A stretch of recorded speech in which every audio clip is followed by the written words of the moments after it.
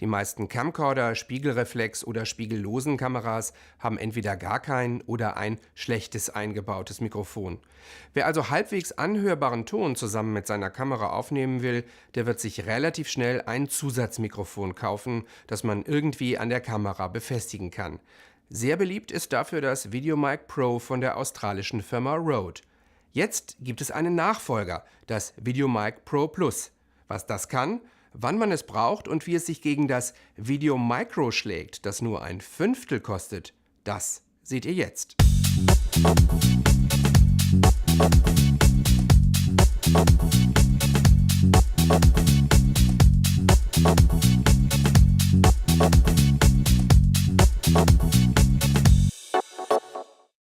Tag zusammen und herzlich willkommen zu diesem neuen Video. Diesmal schauen wir uns das neue VideoMic Pro Plus von Rode an. Das ist eine verbesserte Version des VideoMic Pro, das ja schon einige Jahre lang auf dem Markt ist. Im Moment nehme ich den Ton noch mit meinem Sennheiser MKE 600 Richtmikrofon auf, das hier oben direkt über mir platziert ist. Ab jetzt wird der Ton für das gesamte Video mit zwei Rode-Mikrofonen direkt am Mikrofoneingang meiner Kamera aufgenommen. Und beide Mikrofone sind oben auf der Kamera montiert, also so, wie man wahrscheinlich so ein Mikro meistens benutzen wird.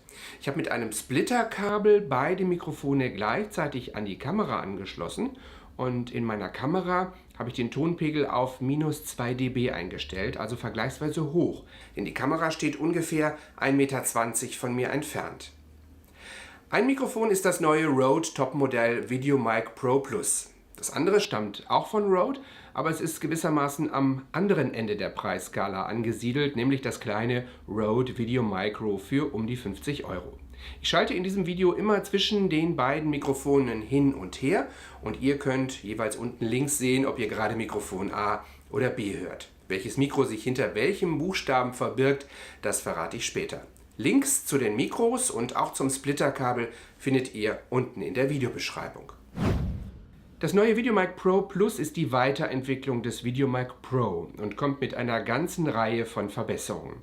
Die wichtigste, finde ich, das Mikrofon schaltet sich automatisch ein, wenn man die Kamera einschaltet und wieder aus, wenn die Kamera ausgeschaltet wird. Das, finde ich, ist eine echte Arbeitserleichterung. Ich weiß nicht, wie oft ich schon vergessen habe, das Vorgängermodell beim Dreh einzuschalten. Und wenn man das vergisst, dann hat man überhaupt keinen Ton, weil sich das interne Kameramikrofon ausschaltet, sobald man ein externes Mikro anschließt.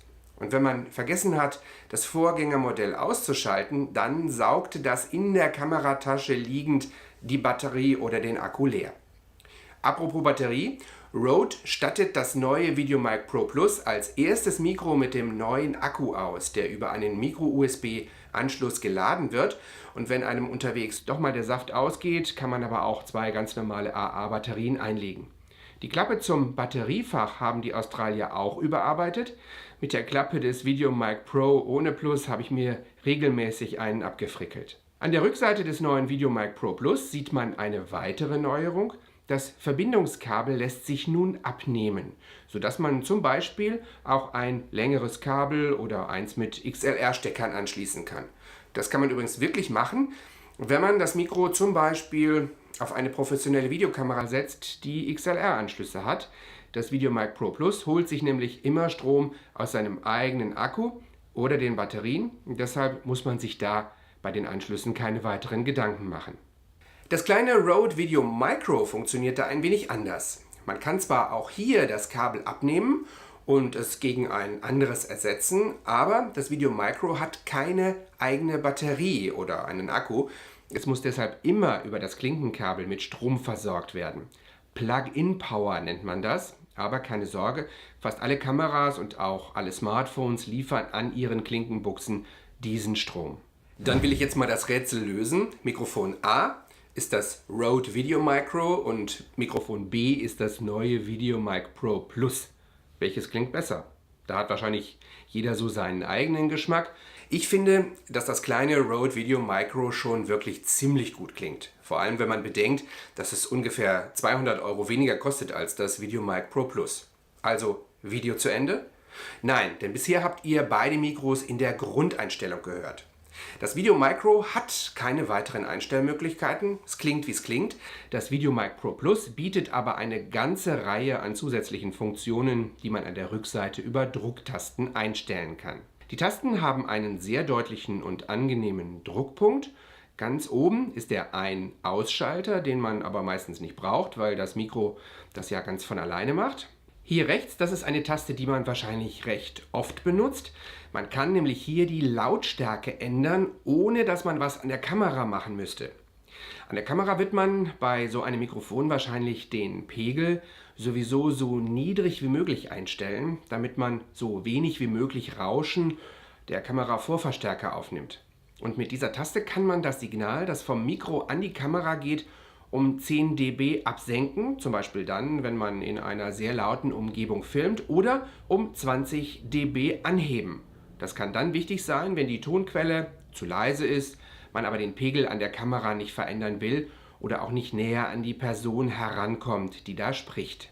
Ich habe beide Mikros auf der Kamera montiert und stehe jetzt hier so ungefähr 1,20 Meter von der Kamera entfernt und deswegen hört man auch ein wenig Raumklang. Wenn ich das jetzt ein bisschen verändern will, dann kann ich das beim VideoMic Pro Plus machen. Ich schalte die Verstärkung auf plus 20 dB hoch und habe den Pegel in der Kamera so niedrig wie möglich eingestellt. Bei meiner GH4 ist das minus 12 dB. Das bedeutet weniger Rauschen aus den Vorverstärkern der Kamera und auch weniger Raumhall, weil ich jetzt leiser sprechen kann. Diese Verstärkung ist eine Funktion, die ich schon sehr oft benutzt habe und die das kleine VideoMic Pro nicht hat. Wenn man da den Kameraton so niedrig einstellt, dann kann das schnell zu leise sein.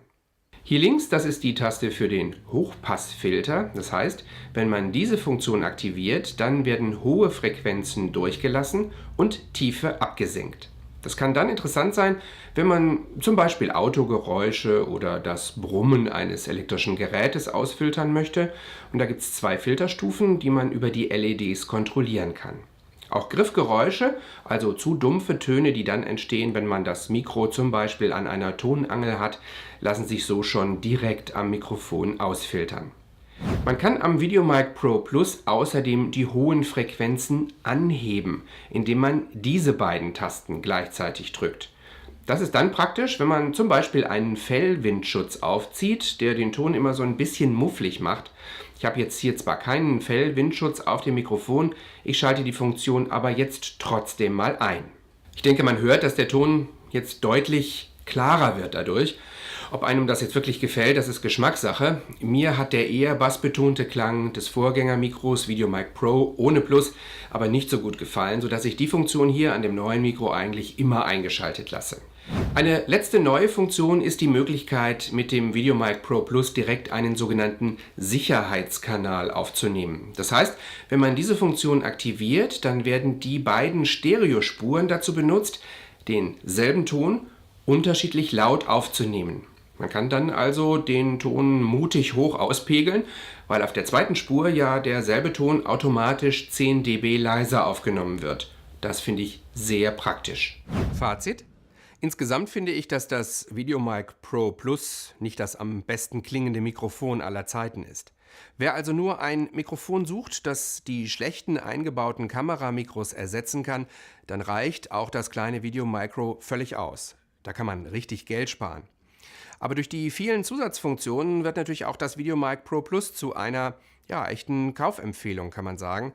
Wenn ihr also ein vielseitiges und kompaktes Kameramikrofon sucht, mit dem ihr Bild und Ton direkt in der Kamera aufnehmen wollt, dann kann ich das VideoMic Pro Plus von Rode nur empfehlen. Und ich würde es auf jeden Fall immer dem Vorgängermodell, dem VideoMic Pro ohne Plus, vorziehen. Das war's für dieses Video. Vielen Dank fürs Anklicken und fürs Angucken. Über Feedback würde ich mich sehr freuen, als Kommentar und als Daumen nach oben oder vielleicht auch nach unten. Und wenn ihr meinen Kanal noch nicht abonniert habt, dann überlegt doch mal, das zu machen, denn dann verpasst ihr in Zukunft kein Video mehr. Also, wir sehen uns im nächsten Video. Tschüss!